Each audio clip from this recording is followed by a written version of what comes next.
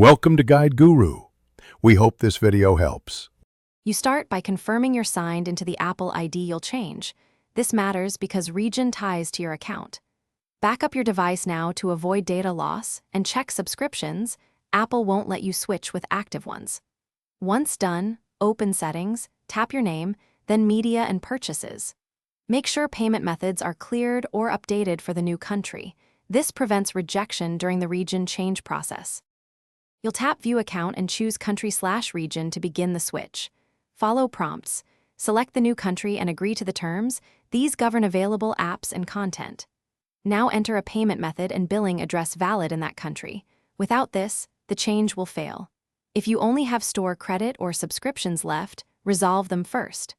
Once you submit, the App Store will refresh content to reflect the new regional storefront and pricing. Once the change completes, you'll verify the App Store shows region-specific apps and pricing. Re-download any apps you need. If purchases or subscriptions look wrong, sign out of your Apple ID and sign back in. That often forces a refresh.